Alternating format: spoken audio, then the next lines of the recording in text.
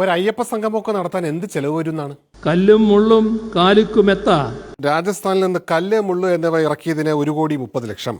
കർണാടകയിൽ നിന്ന് മെത്ത വാങ്ങിയതിന് 60 ലക്ഷം. ബഹുമാനായ ഉത്തർപ്രദേശ് മുഖ്യമന്ത്രിയുടെ ഒരു സന്ദേശമാണ് നിങ്ങളുടെ മുമ്പിൽ എനിക്ക് അവതരിപ്പിക്കാൻ. ഉത്തർപ്രദേശിൽ നിന്ന് സന്ദേശം എത്തിക്കാൻ പോയവരുടെ യാത്ര, ഭക്ഷണം, താമസം ആകെ ചെലവ് 78,65,000 രൂപ.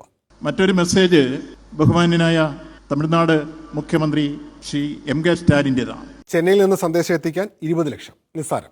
ഐക്യ കേരള രൂപീകരണത്തിന്റെ പ്ലാറ്റിനം ജൂബിലി വർഷമാണ് 2031. പ്ലാറ്റിനം ജൂബിലിക്കുള്ള പ്ലാറ്റിനം വാങ്ങാൻ 2,30,00,000. ക്ഷീരമുള്ളൊരകിട്ടിൻ്റെ കൊട്ടിലും ചോര തന്നെ കൊതുകിന് കൗതുകെന്ന് പറഞ്ഞത്. ക്ഷീരം മിൽമ വഴി വാങ്ങാം, പക്ഷേ ചോര ഔട്ട്സോഴ്സ് ചെയ്യണം. നല്ല പൈസയാവും. വേദിയിൽ കുടിവെള്ളം ആളൊന്നിന് 100 രൂപ വെച്ച് 5,000 പേർക്ക്. കുറേ പൈസയാവും. തുമ്മൽ, ചുമ, അങ്ങനെ ചികിത്സാ ചെലവ് ഒരു 56,000 രൂപയെങ്കിലും.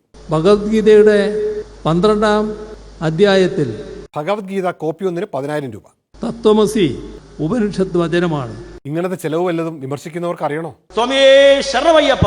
ലാൽ സലാം അയ്യപ്പ.